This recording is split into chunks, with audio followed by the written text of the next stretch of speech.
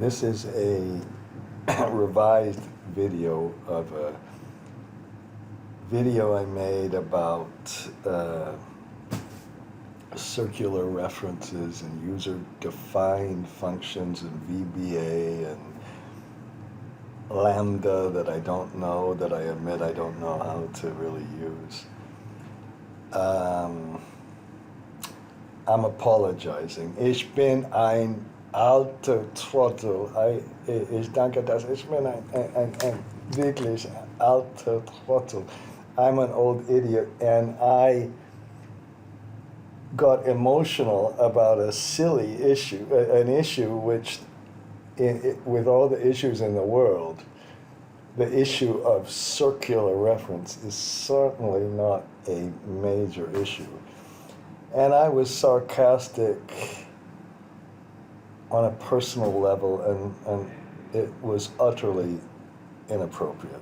Okay, so I want to leave some of the ideas in this video and show you where you can find some of the files. If you happen to accidentally be watching this video again, I'm really sorry. You can close it quickly, but I'm going to show you where at least you can find two of the real files that are kind of that I used. One is this file. Okay, so I hope I showed you just where to go. It was in the project finance section, and then circular references and suite of circular references, and then if you haven't watched this and want to see what is happening in here. Here we had, let me try something here. If you put equal formula text and go over here, okay, and it will, well, I'll make it wider just temporarily, okay? We'll get this.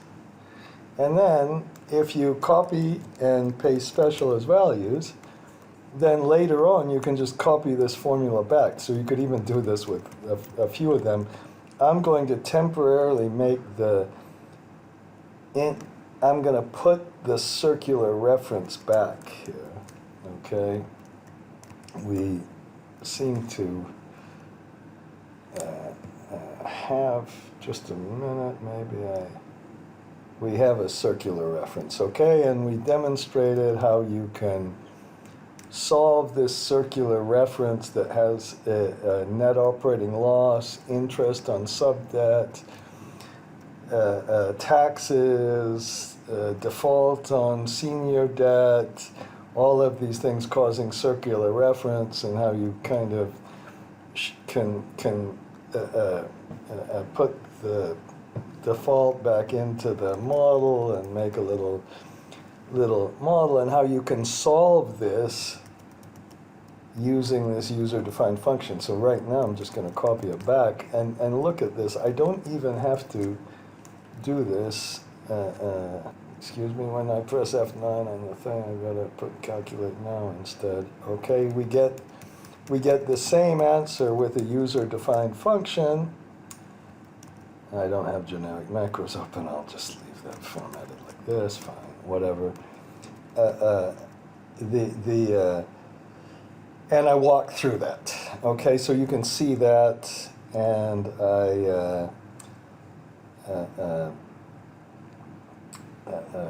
we'll also discuss a little bit about the UDF and the Lambda in a simpler case, okay, in this file. So if you want the file, it's right here. The other file, which really gets into the theme of this video, and perhaps I should be a little bit better. The absolute thing I should not do anymore is be sarcastic and personal and all that stuff. You know, I get very emotional about people who are, of course, climate skeptics. And if you're a climate skeptic but want to learn Excel, fine, you watch the video, but whatever. I've got to admit that, you know, when I try to learn some of this stuff, it's a little bit scary, and the science seems to be very clear. Whatever, have your own opinions. I also get a little upset when I meet people around the world, wonderful people who are really working, trying their hardest to ride their bicycles to work, and once they get to work, they're working on renewable energy investments. And when I hear these renewable energy skeptics saying the whole thing won't work, I get a little upset, and I'm a little too sarcastic about that as well. So I'm going to try to be a little more objective in my analysis. Now, in this, on this file, the circular reference, suite of circular reference, I put this template model, this template model, and this template model that really we've developed over a very long period of time is perhaps, okay, I got a little silly about this issue, and I shouldn't have, because there were some dramatic happenings that I wanted to show with this video, and that is, if we just attach this template to a really big model, it would be I don't see how you could. It's taken years. I got to finish a sentence, but we put some of the most fundamental things you have about project finance in here, and then we put a whole bunch of debt issues in, and we put all of our sculpting approach. Look at all the possible characteristics we put in for each separate debt issue, and we've got to read in every single one of those variables. And once you read in one of those variables, you there are hopefully enough switches that you can match these up to your own model, and then we make a report basically that makes a project finance model. If you want to change the design, the structure, the formatting of the report, you can all do that. It's a little bit different than your regular old Excel, and this is kind of what I'll be talking about a little bit. But let's say we're going to the debt size. We put some, I'm going to moan about array variables a little bit, but we put some variables period by period, the present value of the CFADS, and perhaps we get the debt service from a present value formula, and we get the debt commitment on an issue by issue basis and all that. Now, if you look at some of these variables, hopefully, maybe that wasn't the greatest example, maybe I'll just go to CFADS. Hopefully you see, okay, I can do that, and with a little bit of help that Hetty and I really want to give to you, with a little bit of help, we can make you confident that you can take just about any model, and now I am really confident that it can be done, because I had put a copy and paste macro into a really big model over years, frankly, and never believed in this stuff. And I got so frustrated with how long the copy and paste macro was taking, I decided just to try to incorporate this, and I was shocked at just how dramatically it reduced the speed of the model. And that's really the theme of this, is whether you use Lambda and put your equations in Lambda. I think I'm not pretending that I know exactly how it works. All I can do is kind of observe what a couple of other people have done. If you put your equations in a UDF or Lambda, and if you make them kind of hopefully very clear, I don't know, whatever this might be a little bit, the discount factor, the sculpting, okay, how we define the net operating loss, how we define the CFADS. They're all, really, this is just a column in Excel. We're just here adding up the financing items. We might have an exchange rate adjustment. We can use the Excel functions. It's very much like, that's why we call it the parallel model, very much like just writing the same equations you have in Excel in a model. And that's what towards the end of this video, I show you how to do with that little other example I opened. And all I want to say is this took an incredible amount of work to get here. And if maybe Eddie and I got a little defensive on stuff, hopefully not, and maybe now I'm hopefully correcting that. It's this, if you really want to solve these circular references, and they're worth solving, and it's worth figuring out some complicated sculpting and some other things, it's really, we believe, a good approach, but it took a lot of work to get here, and it's not something that you can just press a button and write a little equation and proceed. So really that's the idea, and that's the introduction. Now the rest of the video will be the same as the earlier one, except I'm going to take out my completely inappropriate, sarcastic comments that I apologize for. Okay, Eddie called me and showed me some discussion she has been having about Lamda, which is an Excel, I don't know if what I should call it, an Excel tool that allows you to make a user-defined function, essentially, okay? And she showed me some discussion she's having and asked me to kind of look at this Lambda compared to what we've been doing for the last 10 or more years now, which is creating a user-defined function to address the circular references. Okay, and please don't worry right now, please don't worry. I'm going to get into some real modeling issues, because I know most of you, most of the two people who are watching this video, one of the two maybe, are more interested in some, how do we apply, how do we structure a model, and how do we make it nice and efficient and all that, and I'll talk about that in the context of these issues, okay? And so I'm going to discuss some of these things. But the second thing I'm going to do, I don't know how to do this.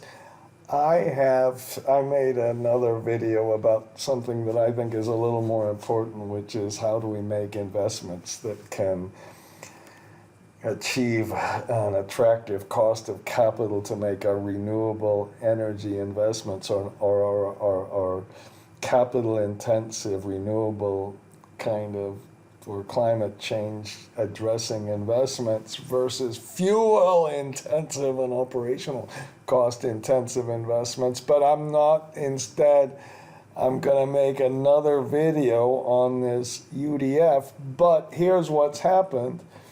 I was really frustrated in working on a monster model that I made. It's a gigantic thing, and I'm embarrassed how big it is.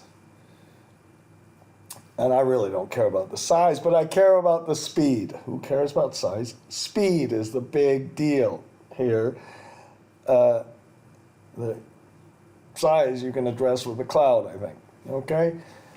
How the UDF, I was so sick of pressing, and I was afraid to add this UDF that I've been talking about for too long. I was afraid to add it to this big model, and after a while pressing the copy and paste and then goal seek and copy and paste, it could take half an hour. Really, that's how bad it is. It could take half an hour. And I thought, okay, let's just try the UDF. And I was afraid to do it. And I put it in there, and it worked. And it took something like 2 minutes down to 2 seconds. That's the drama. And so we have all these wonderful reasons for solving circular reference with a method other than copy and paste this UDF, which is kind of like Lambda, maybe, or maybe not. We'll talk about that. And I just want to demonstrate this thing that's really dramatic. And I beg you, we've been begging people, please, if you've got a model that's already developed, I've had problems wasting time with just getting models that can't even be structured. But if you've got a model that's already developed and used, or a template model, and it's getting really, really big, like so many models are, I want to show you how dramatically the speed can be reduced.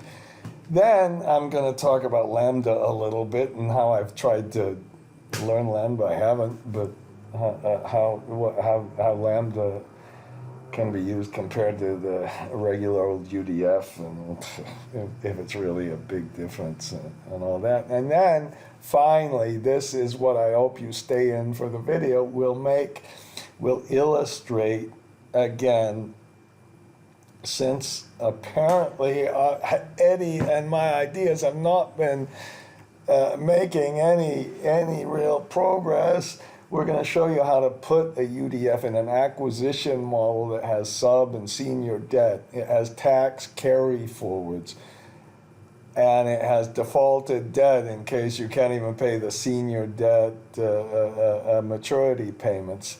And then because interest is computed on the average balance instead of the opening balance, you've got a number of circular references.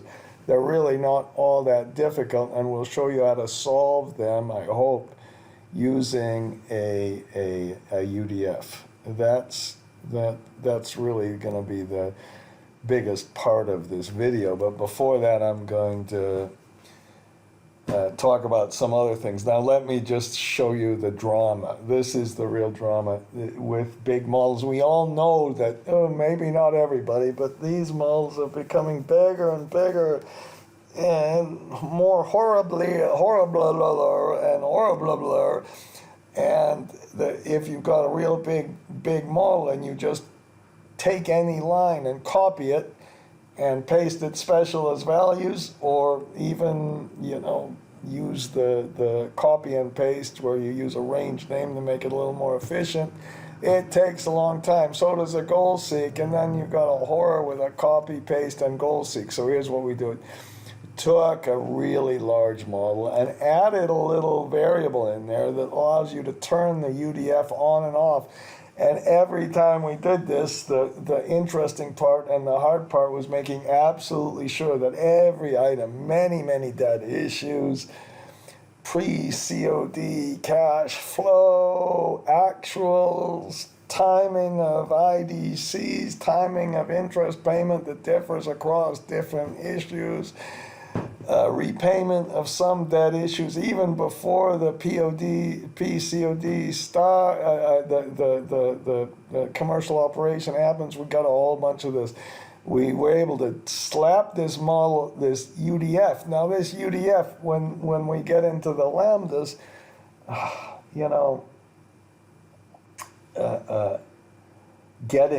there were so many hurdles to get to this stage where we could put as many variables as we want into the UDF, as much data as we want, where we were able to get really effective reports, where we were able to audit things, where we will make it flexible enough so that people really can adjust it. This took forever. Okay, and here's what happened. When we ran, I made these user forms to keep track of how much time. So I made a little user form that's, here's the start of the copy and paste. Okay, 4:07 p.m. Malaysia time. Okay, and then we used the user to form and let you watch how it's working through different iterations. So this was, by the time it got to iteration 6, it had taken 36 seconds. By the time it finished, it had taken 117 seconds, which might not seem like a long time, but in Excel times, it's really long. It's really, really long. In other cases, it's taken a lot longer. And I just bought a computer with a fancier processor, which doesn't make as good videos, apparently, that allows you to go much faster. Okay, so this is a big problem, okay, and it really takes a lot of time. So I said, what happens if we do the copy and paste. Now, what I'm going to have to do here is, so we inserted the copy and paste, and there's a little variable where you can turn things on and off. You notice that I can't really show you the model, and I can't show you any details at all about this model. I'll get really in gigantic trouble. So we can turn it on and off, and we turned it on, and now I'm going to pause the video because I have to then show you how long it took. Okay, now to show you how fast the UDF works, I changed this scenario. I hope I just changed this, okay? And I'm going to run the calculate, and when I run it, I have to now be in formulas and click on this calculate now. I keep on doing that wrong. So let's calculate things. Oh, I have to redo it. I didn't change anything. I'm going to change this to our base case, okay? Oh, there, I changed it to the base case. You see, that took a second because of that. Now I'm going to calculate the model. Let's look at the calculate down here. Oh, shoot, did I just change? I didn't see it. Ah. Okay, let me do it again. Calculate now. Come on. 5. There it is, 2 seconds. There it is, 2 seconds.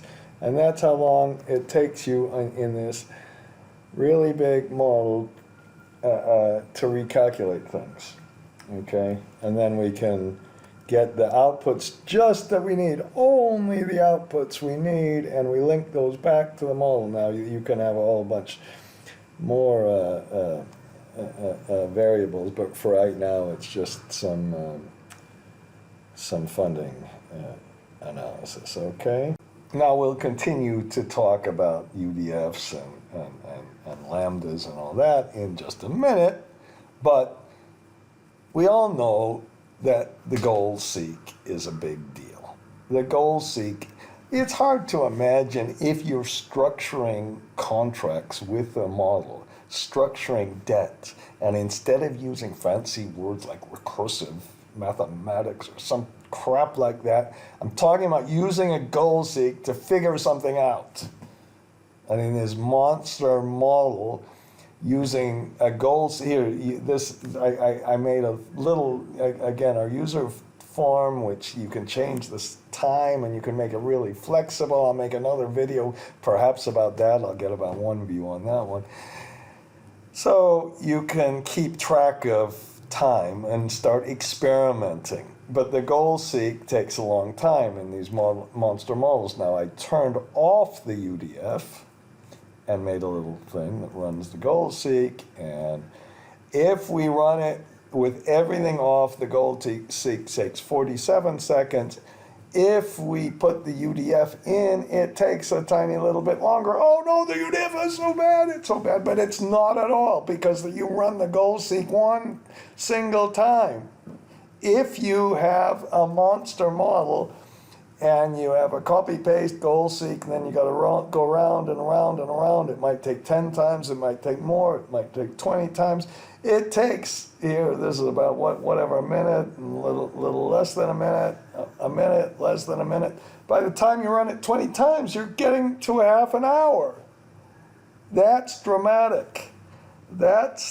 We have all these reasons for advocating for the UDF. All of these reasons, but the one thing where it's almost a necessity rather than a luxury. Our reasons are, oh, we don't like the copy-paste button. Oh, we don't like a macro. Oh, we want to run the goal seek so we don't have to put goal seek, copy-paste, copy-paste together. Oh, we want to be able to do really fancy sculpting, and we want to have that automated so we can automatically change things really quickly and have it all run and don't have to manually fiddle around with multiple different debt issues, changing DSCRs where the mathematics can get a little bit hairy. Okay, so that's, we have all those reasons and they're fine. all fine, but I suspect most people would say, okay, I can do everything myself. Oh, I'm so good. I love copy paste and all that stuff. But this time element when you've got a really big model is a really big deal. If you're interested, please call me, email me, please, or Eddie, and we'd love to just get some demonstrations, if nothing else, for how this stuff can really. So this is the example I saw, and I remember many years ago we kind of did almost the same sort of thing. Actually, it was with a project finance a model, and it was with debt to capital. And we accidentally said, okay, we were going to work on a goal seek and try to automate the goal seek so we didn't have to press a button. And then we're going to use that goal seek to solve the circular reference, which you can't do. It's an old kind of method. And in the example, and this is the example that was presented, there's a cash, and the interest expense is a subtraction from the, maybe this could be EBITDA or something, and there's no tax, that's fine, who cares, and then we get some cash from our cash flow, and we're going to use the cash flow to reduce the amount of debt. And maybe that's kind of a classic almost case where a simple banking kind of case. I didn't mean to be derogatory by saying simple. It just, how fast can you repay the debt? And if you have an annual model, you have a natural circular reference because you pay the debt in the middle of the year, but the model doesn't reflect the middle of the year. So it is kind of the kind of classic circular reference. Now, and I'm not suggesting at all, there was some interest expense Lambda defined, and this is Lambda, and we had to read in revenue, we had to read in debt, we had to read in the interest rate, and then here the average debt was computed as the interest expense is computed as the average interest rate, the cash profit is the revenue minus interest, the existing debt is the beginning debt minus the profit, and then the average debt, I guess, is computed, and then there's some sort of looping process where you go around and around, and delta is the kind of last period versus this period, and you go around and around, and that's fine, that's great. And I shouldn't have been at all, ever, should not be anywhere derogatory about this. When we solved it many years ago, we just called it an interest function, not so different, and we read in the revenues, interest rate, beginning debt, okay, just like this.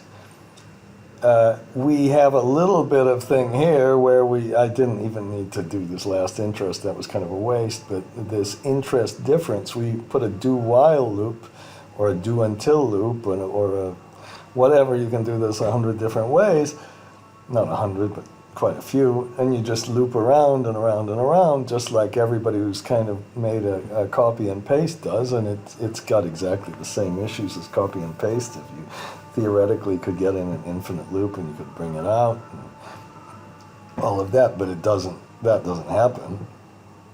We put profit equal, somewhere I think we put profit equal cash profit. Here we did the same thing. Ending debt is the same thing, and really it's almost the same thing. What you do to make this, you start at the bottom. You start with this interest at the bottom and just work backwards. Interest, we know, is average debt. We compute average debt. We need the interest rate. We read that in, and you just go backwards, and that's what I tried to describe later on in this thing. So all I'm saying is that it's not very different. For me, it's a matter of style, and fantastic if you can do the same sorts of things. But I tried to show you with that really big example, reading in all of those variables and really getting them to work could be difficult. Now, if you have something like this, what I had originally done when I first started attacking this problem was say, okay, we can solve these sorts of problems with algebra. We just define the interest rate, the average debt, and then, so if you put up here what 100 or something, just a minute, do I have my, so I write how many iterations it took, okay, and we get the same answer whether we use this UDF, which reads in the variables. And when you read in the variables, by the way, you can just press Shift and F3 and, whoops, it shows you the variables. Excuse me, shouldn't have really put the thing in. All I'm saying, and I just don't think it's a big issue in the world, it's not the Ukraine war, really. It isn't. It's not discussing Vladimir Putin or anything like that. Whether we use this approach or this approach, it seems to be similar from what I can see, okay? And if you like this style better, that's totally fine. Of course it's fine. But the problem is this stuff we started to run into many years ago. How do we get it so it works on the problems you're desperate to really solve? Okay, and I think that's it. And now we'll kind of move into this other examples of Lambda. Go and look at this Lambda. So while I was on the train, you know, everybody else where I live takes the Uber. I'm so cheap. I take the bus and the train and the bus because whatever. Okay, and here were some examples. What happens if we want to get rid of these characters? And we have some kind of crazy thing like this. And we have to go around, remove these, so we can use this substitute kind of formula. But that just, and I did that with that one, it just gets rid of, in this case, it just get rid of this one. And then the example they had on the internet says, oh, no, what happens if we want to go to the left and to the right, and we can start to just get rid of one of them at a time. But what if we want to go around and around and around and get rid of them all? And then, so there were these ideas of using Lambda and then a logical, and then you use my Lambda and you have to create this function. And I tried to go around, I really tried, but I couldn't. It just, I don't know, maybe I needed to spend more time on a video. So I said, okay, let's just make a UDF and see how long the UDF is. And you make a UDF, and you have to go around a loop. Oh no, we have to have a loop, and we have to have an array. Oh no. But that's the advantage. Okay, and we have an array. This character array is this little thing that has these things in it, and you go through one by one, and you define character 1, 2, 3, 4, 5, and then you go make a do until, just like you would do with your circular reference. And you say for 1 to the length of the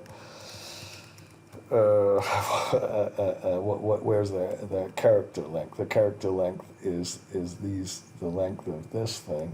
So you go around, and we use a little. If you find the string, it's just like the substitute kind of thing. Or if you find them, then it gives you the place it found. If it doesn't find them, it gives you a 0. So you go around and around until it's 0. And you just keep going back and forth and back and forth. And here the I goes from 1 to each of the characters, and then you go back around and around. And when you use this function, oops, I didn't mean to do that. When you use this function, I called it characters or whatever. I don't know why I called it that. And then it just goes around and around and it finds it. And it does it. Okay, that's a user-defined function versus Lambda. Maybe I'm missing something, but Lambda doesn't look that much easier.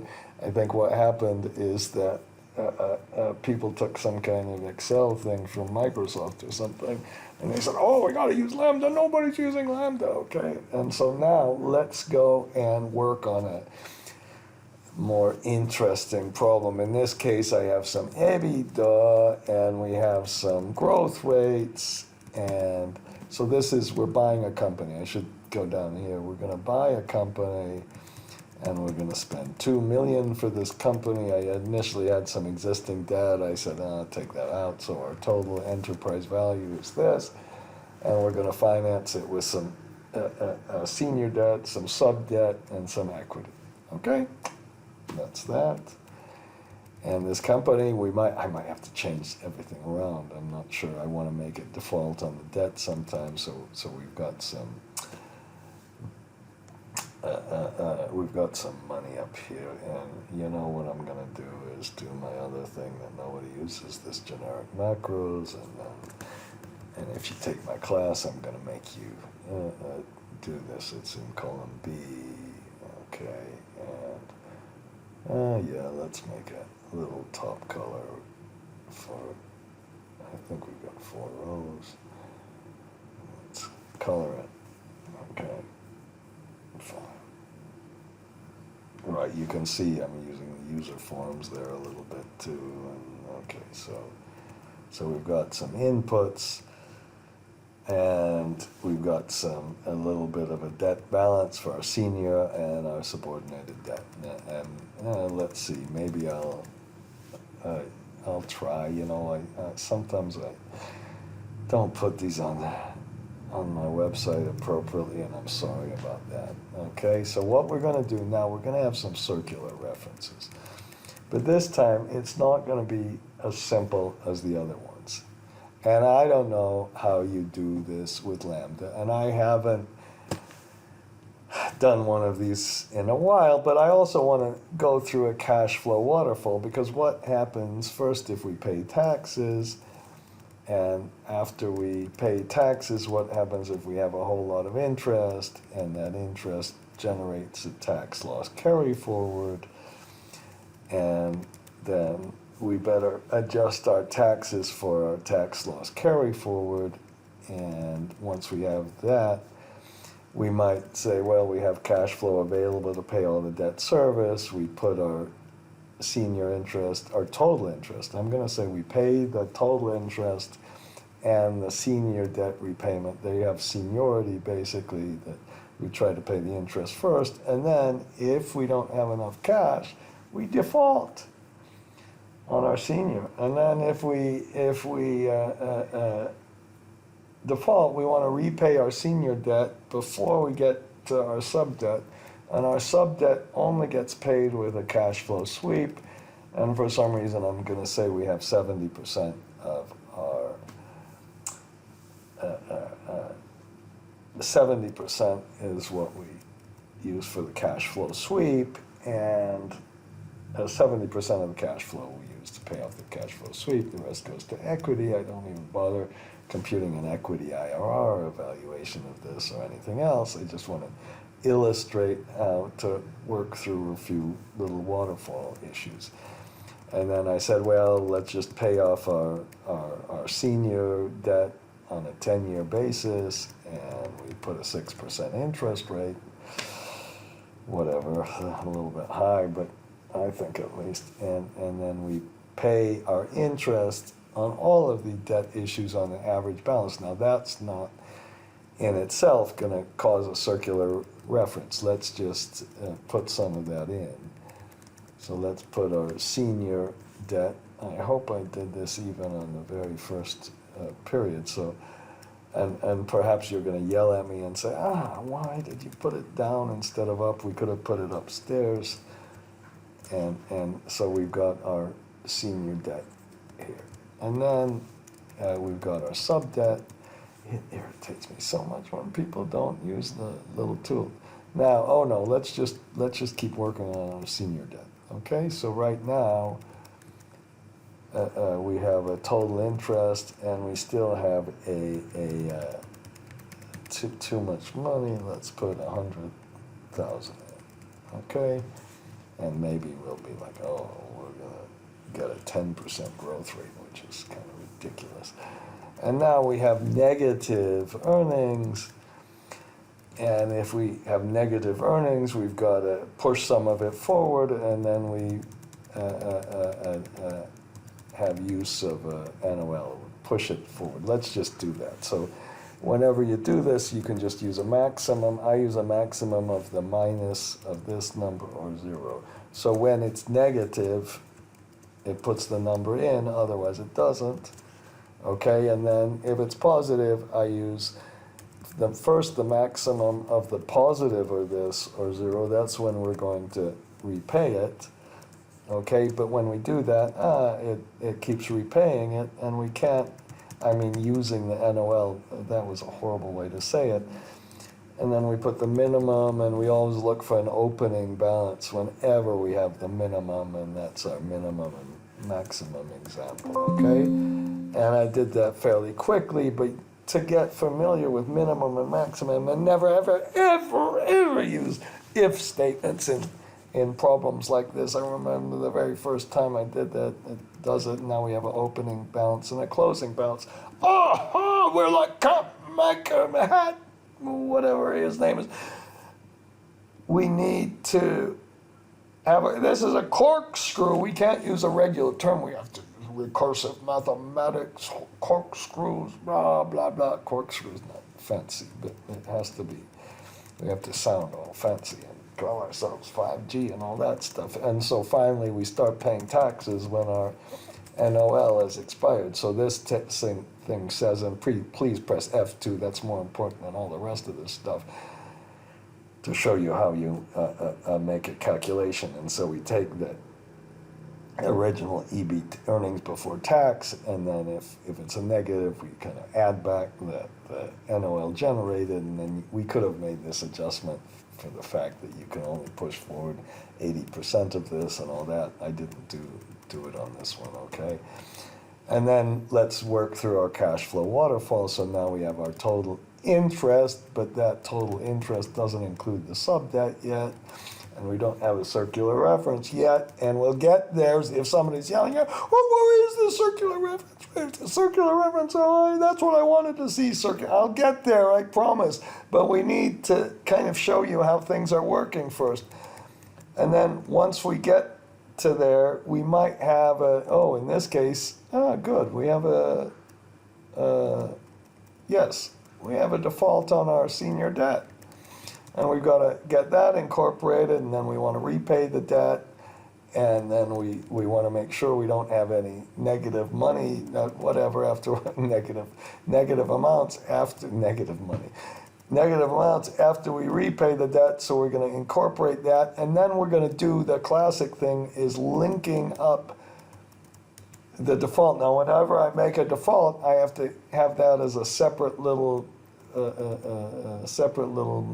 whatever, corkscrew, and that's going to cause a circular reference, and the sub-debt's going to cause a circular reference. So let's work through it.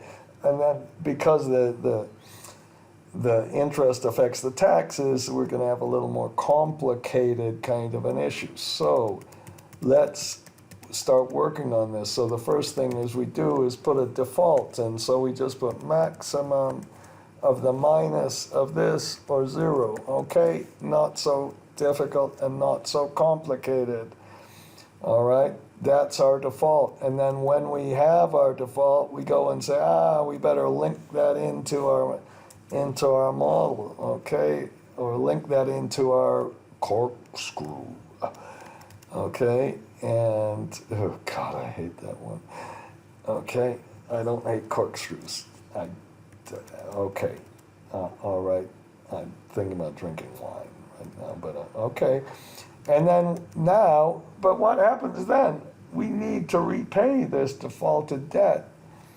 So we could say, well, we're going to repay the debt when we got the maximum of this or 0.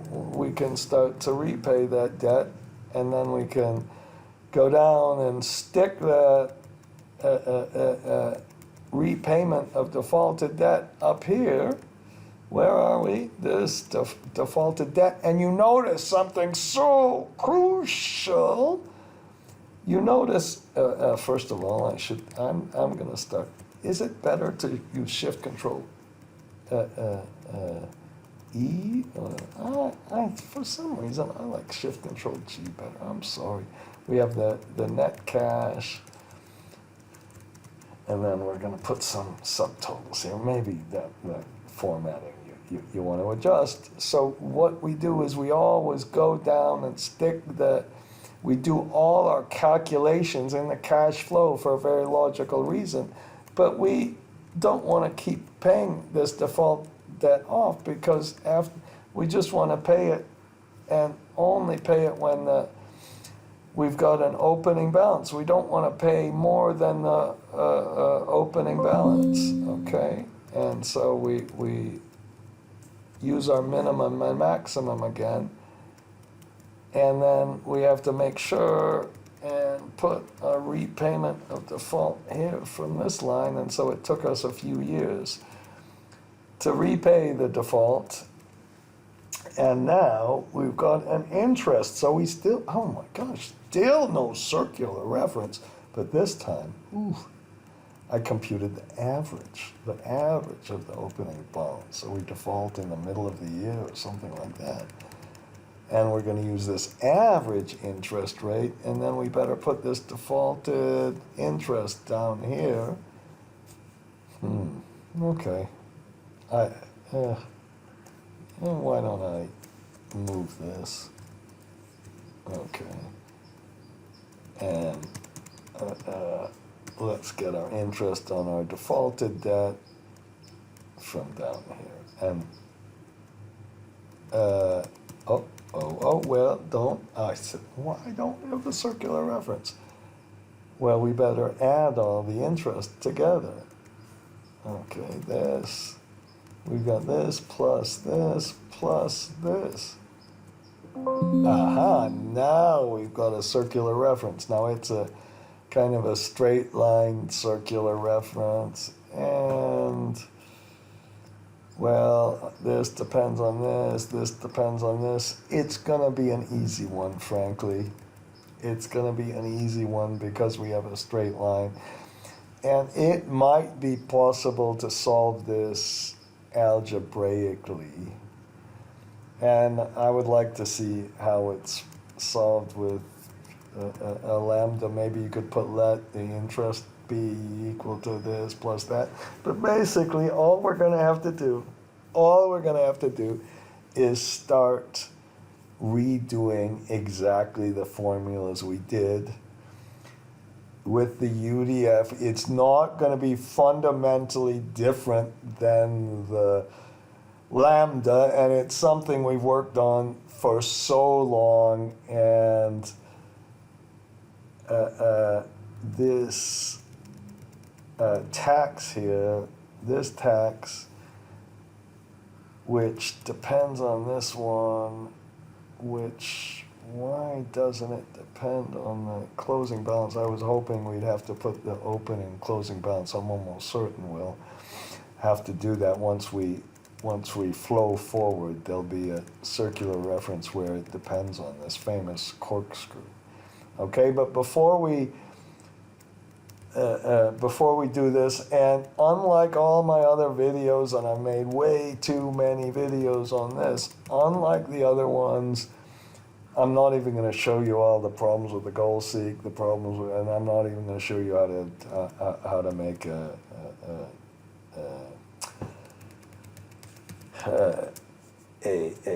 copy and paste. And so we'll put cash from sweep, okay? And then we're going to use almost the same kind of approach. I hope you see, by the way, that if we didn't use the average balance, there wouldn't be a big problem. That's why I kind of still think this is an artificial example. So we're going to take 70% of the cash we have left and sweep that cash flow. But when we sweep that cash flow, we're going to stick it down into the subdebt just like we did before. So we have this principle where we take items from the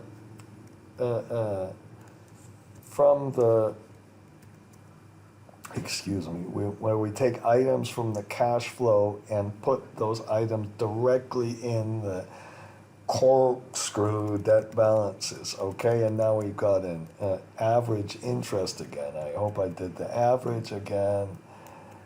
And we computed the average interest, and this time, just a minute, let's put the average interest up here, and we'll get some even more circular references.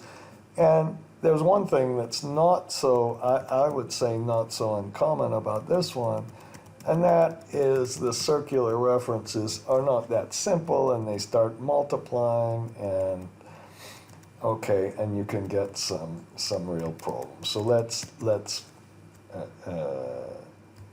a little bit of formatting. So we have our EBIT, and I don't know why this subdebt wasn't giving a circular reference, and now we've got, as we have a cash flow sweep, we better solve this, and it's not that hard to solve. This cash flow sweep, I just multiplied it by this. Now, why don't I just go to options and just temporarily, I shouldn't really do this, but I'm going to cheat. And because when we do these circular references, you want to make sure that you're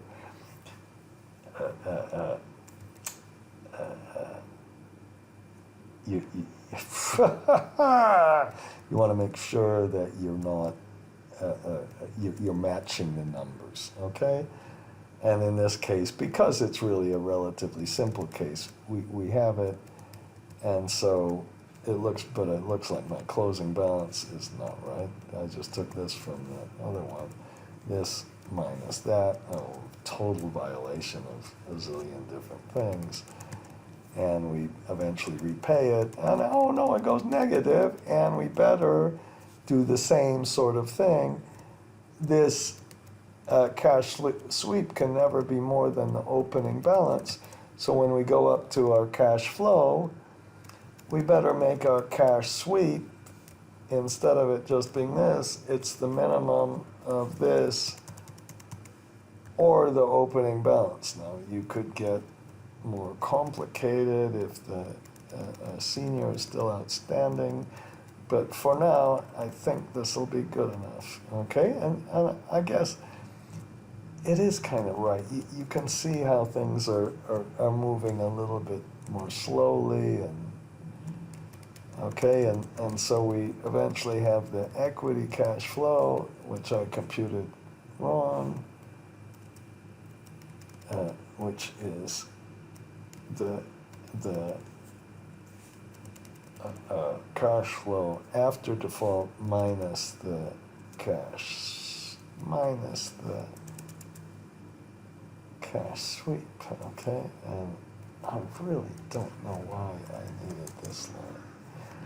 Sorry about that. Okay.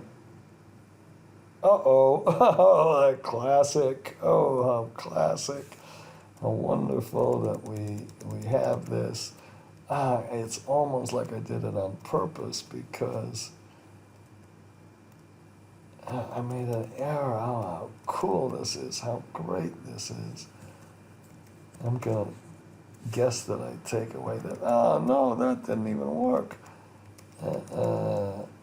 Why did this one? No, that wasn't the problem.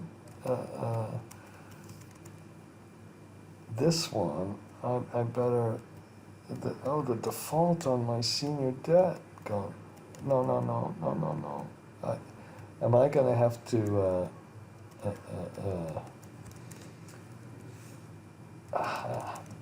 oops.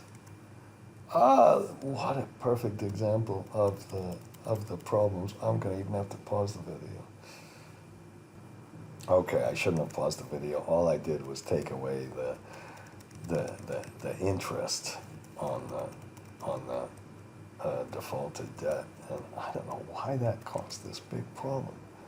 But we take this times the average balance, okay, and then we take the amount of the sweep. Did I delete the wrong one? Cash flow sweep on the sub debt, okay.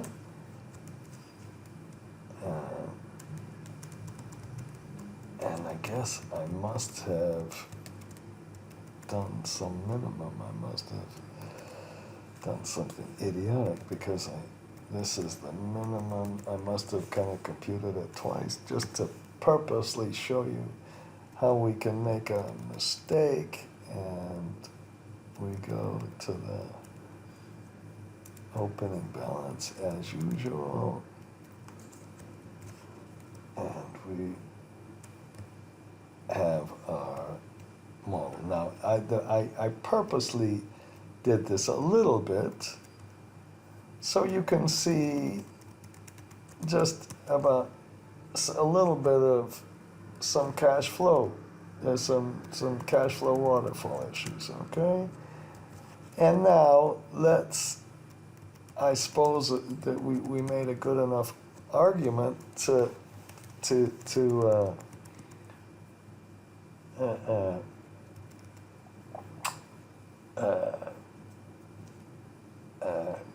just a minute, I'm thinking while I'm doing this, I can't do things at the same time anymore. We made a pretty good argument of the problems with if I could get one stupid word out, it would be great. The problems with the iteration button. Now instead of putting the iteration button, let's temporarily copy and paste special as values this total interest. Let's see if that does it. And so now I'm going to go back to the file and the options and the formulas, and let's take away the iterative calculation. And look at this. We need a function for the total interest. And I don't know how long this is going to take and how much I'm going to have to. I was just making sure that I'm still recording. I don't know how much I'm going to have to.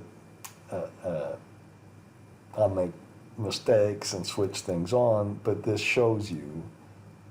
Let's make a function called interest like we did before. So let's go to the developer. Now, this is maybe Mr.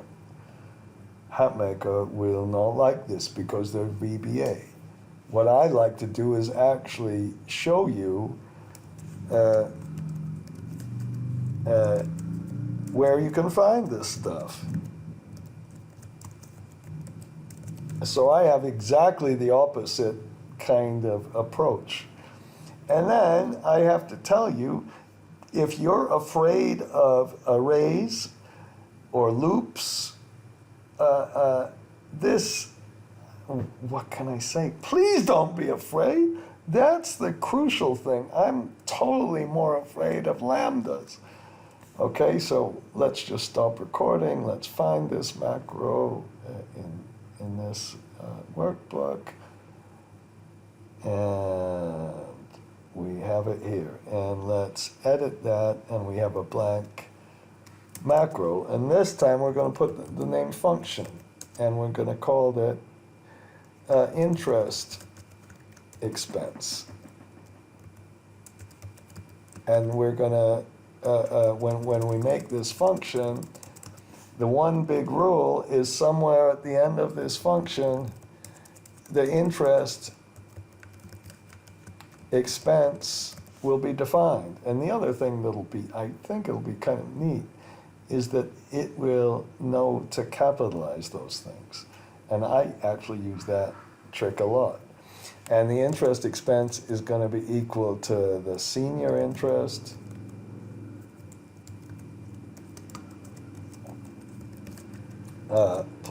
interest, and you have to be careful, plus the sub-interest, and that's going to be a pain, plus the what is it, the default interest.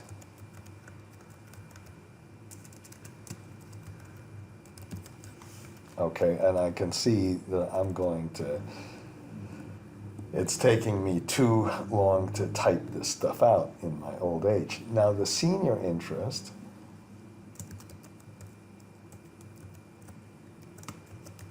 that's given. Now, and the senior interest is, we're going to be able to make this function, because the blue lines are all on a single line. It's going to work, and we're going to have to put a lot of crap in here. But the senior interest, we'll just use the senior interest for the particular period we're actually on, okay? And then we're going to go backwards to the sub-interest. And I hope you see, and that's going to be and let's do it like this, worksheet function.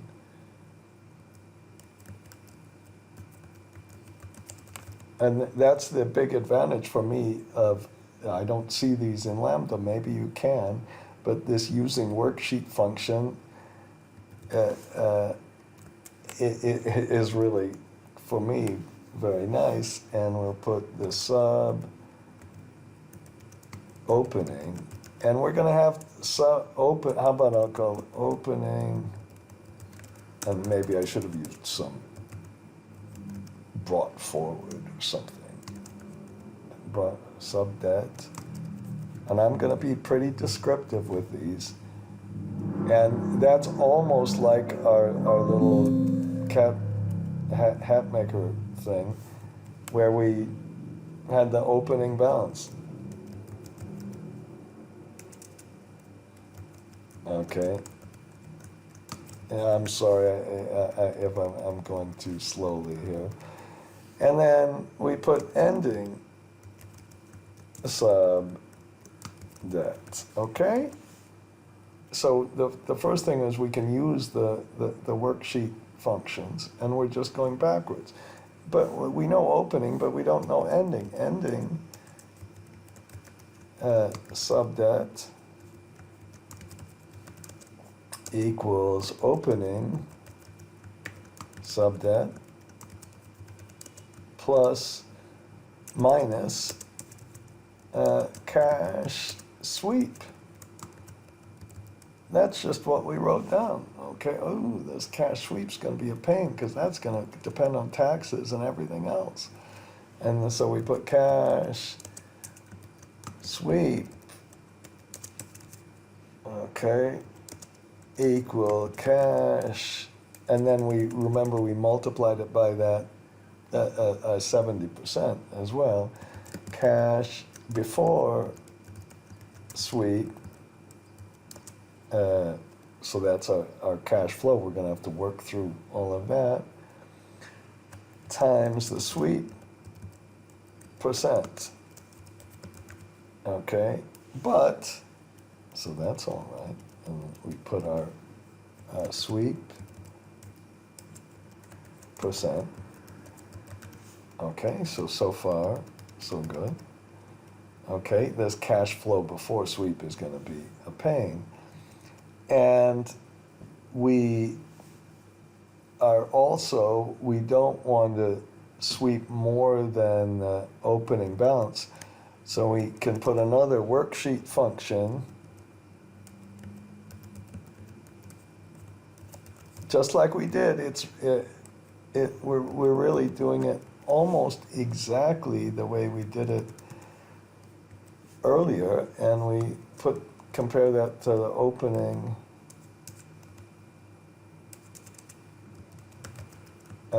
sub debt. Okay. Okay, maybe it's not all that hard. Okay, and then, but this cash before sweep That's going to depend on all the cash flow, and maybe we have to take a peek at our model. And I think what I'm going to do is probably, well, I guess you can just turn off the video, frankly. But, and maybe I shouldn't have put all our default stuff in here, but I think I'm going to. I think I'm going to just, I'm just going to continue because why I put the default in, oh, okay, whatever. Right now I'm just talking to myself, which is kind of ridiculous. But in this cash flow waterfall, it was cash after default that we used as a basis for this. So then we go back and we put cash before sweep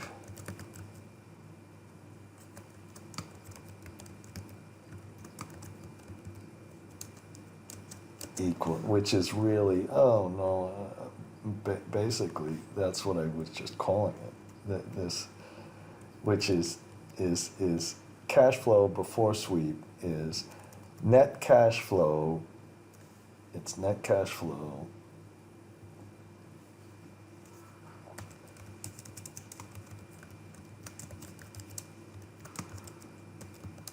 minus plus defaulted debt minus repayment.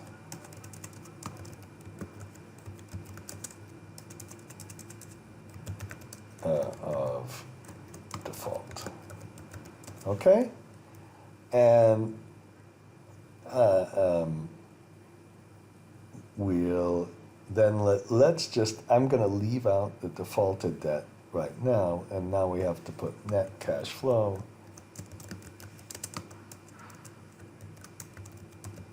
equals the, what does it equal? Let's go and look. And I guess it's kind of okay what I'm doing right now. It's going to be the CFADS minus the interest minus the senior repayment. Okay, so it's CFADS minus the senior repayment minus the tax. Is that right? No, it was already, I'm sorry, I've already forgotten. It was that CFA minus the total interest. And then we have it up here minus the total interest. But that I called interest expense. So we have our problem that we have interest expense up here and we have interest expense down here. And that means we're going to have to make some kind of little loop to go round and around and around. But then we have an even more complicated thing because our CFADS depends on our interests. Equals the CFADS equals the EBITDA minus the taxes paid.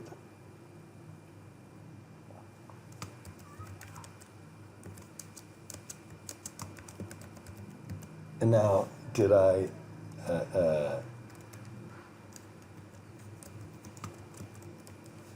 now, unfortunately, the taxes depend on the interest, so we're going to have to keep going. But you know, I think I'm going to put EBITDA right here, and then we'll put senior interest and senior repayment here. Okay, and finally, we can go up here and look at, oops, excuse me. we can go up here and look up and find our, we're going to have to we'll, I suppose we'll put in our depreciation, and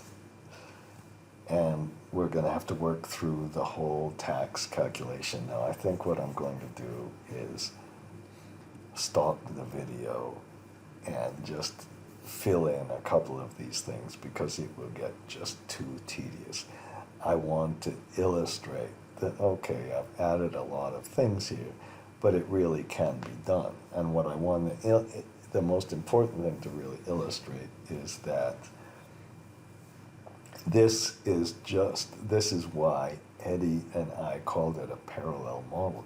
You're basically going backwards through your own model, and it's a pain. This is certainly going to be a little bit painful to finish, just because I put too many things in here.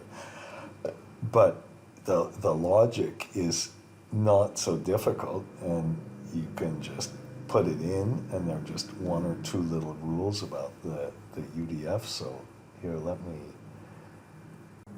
Okay, if we continue with this function, here's what I did. Remember, we can find it now. And I kept working backwards, and it would have been a little bit boring to watch me compute these things. First of all, we need to get the total interest down here. And we needed to compute the default interest as well, since default interest was part of the calculation. To compute the default, remember what we had done is we had used a maximum of the minus or zero to determine when it defaulted, and then we used a minimum plus a maximum, and we just used the same kind of worksheet function, and we compared everything to the opening balance. So we have a default opening balance, meaning that we got to get a default opening balance upstairs. And then we have a maximum of the number or zero. And then we keep working backwards, so that gives us the amount. Now, I forgot, when I had done this before, to multiply these average balances by the interest rate. Excuse me for that. And we need the net cash flow as the cash flow available, and we had to subtract the taxes. I think I might have done some of this. But then we took the taxes. That was our EBIT, which is our EBITDA minus the depreciation minus the interest. The interest shows up again. And then we find we use the same maximum of the minus or zero to find out when we pushed it forward or generated the net operating loss. We used it with a maximum and a minimum function. We had the maximum of the EBITDA, or I think I did this wrong. It was the maximum of the EBITDA, EBIT, or zero, and then around that we put the minimum of that or the opening balance. So I hope I didn't just mess that up pretty badly.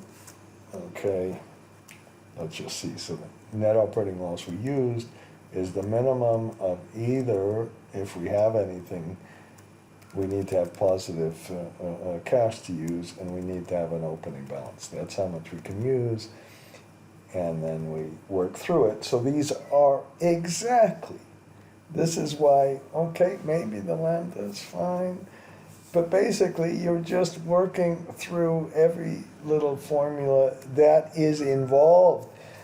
Now this is crucial. These are the formulas that are part of the blue lines that cause this circular reference. And you have to get all the inputs. That's a pain. Okay, we know that. That's a pain. And in this case, we had no array functions because we didn't have to go back. That's why this is not a very, frankly, even it might look a little complicated to you, but it's really not all that complicated because we don't have to go backwards. Now, I've made so many other videos, it's ridiculous on the other, on using arrays, going backwards with arrays and all that. So you can watch those. But the other thing this really highlights is once you start getting too many variables, it frankly gets a little bit of a pain. Now what we have is we have the interest expense up here. Okay, and then we have the interest expense here. And then we finally compute the interest here. So we're going to have to go around and around here. We're not finished. We're going to have some kind of do, while, do, until, some kind of loop like that, just like in any kind of copy and paste function. All right. But I hope it's not that hard. We're just replicating Excel. It's really not that bad. I hope it's not that bad. Here, I don't mean to sound like I'm crying or anything. And then what we can do is we can go into our Excel model. And what I did is, at the very bottom, I just did this. I recomputed this interest, which is these three lines of interest. This line plus this line plus this line. We recomputed those three lines of interest, okay? And when we recomputed those three lines of interest, then we can do a little check, and then we can put interest computed with function, which is right now, it's still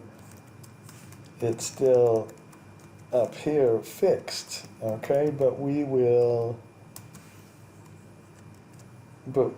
and we can just show the difference to make sure it's okay. Don't think this is like a copy and paste. It's not. It's just a check. Okay. Now to compute our interest, now I'm very afraid of this. Okay, it's not going to work. I assure you, it's not going to work for many reasons. But I'm going to go ahead and show it to you. You put equal interest. Ah, we have it down here. We have our interest function. And then you press Shift and F3. Or you can press the little function button. And then let's get the EBITDA. Okay. And let's get the sub-interest rate, which now we can, just like with any function, we can use F4. And then let's get the senior interest.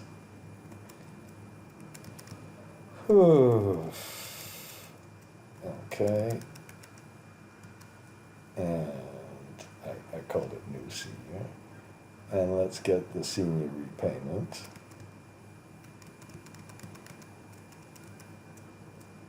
Oh, no, I didn't mean to do that. Okay, I guess that shows you what F2, Shift F3, okay. Okay, we might have to, let's get the opening balance of the subdebt.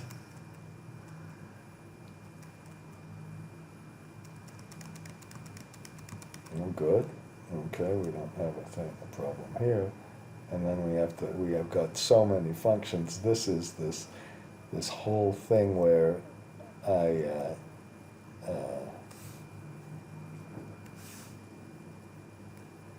and let's get the income tax rate.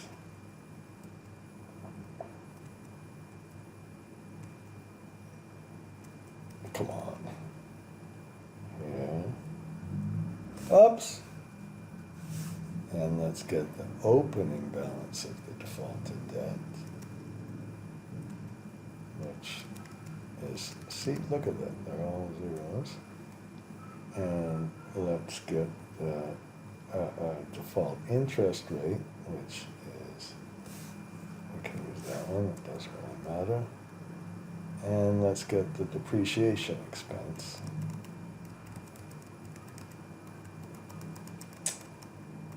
Which is here.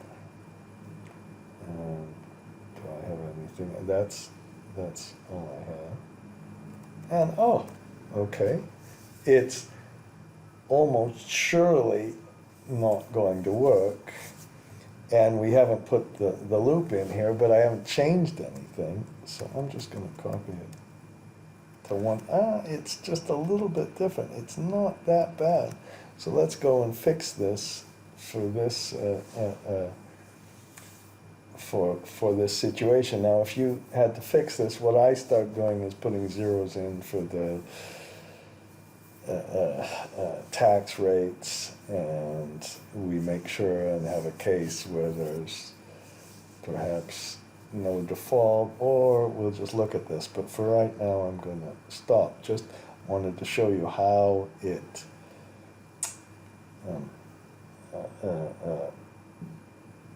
kind of how you get the function in, and then we'll keep working. Okay, so now, actually, I was looking, I thought I had made a mistake when I just ended that last little piece, but I didn't. Well, I did a little tiny bit. I needed to read in the NOL opening balance. Okay. And now let's do maybe what this lambda is a big deal. It's our recursive mathematics or whatever formulas. We're just going to have a loop. Now, so many of you have made these copy and paste routines over and over again with a do while or do until loop. We've got to make sure that when we computed the interest here, and then work all the way through and compute it all the way down here, that we're going around and around and around until the interest is resolved. Okay, that's the interest is computed upstairs and downstairs, and we've got to make sure it's all okay. What I seem to do these days is put something, we can't have we need to take the difference in interest from the start to the end. We start with some number, interest difference, 999, fine, whatever. And we do until, we go round and round until that interest difference is zero. Now, to get that interest difference, you start with the very last interest you computed. The very first time this last interest is zero. You go work through and use 0 and 0 and 0, and then finally compute the interest here. And then the interest difference is the interest expense we just computed here minus the last interest. And we go around and around and around until that interest is 0. And then to make sure everything's okay, we can check things, and it worked.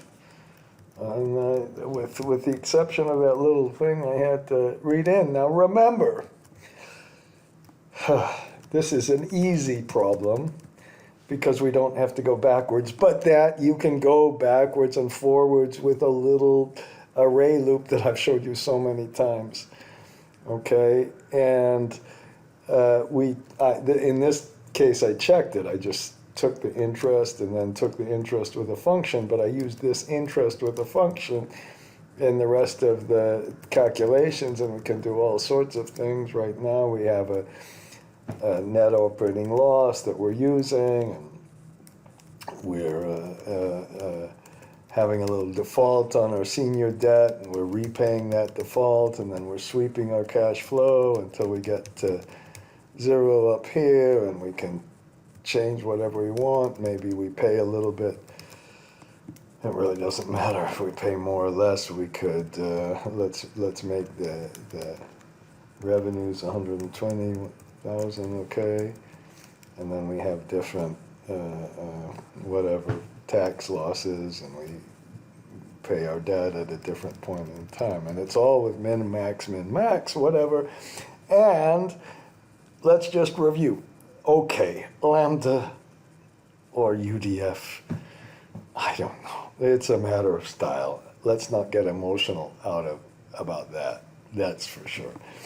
This is not like Edison and Tesla, where Tesla showed that you should use alternating current instead of direct current, that's for sure. But let's just remember the really dramatic thing, and that is when you have a heavy model, you use one of these UDF functions instead of clunking around and taking 117 seconds and then doing a goal seek and doing 117 seconds 20 times or something like that.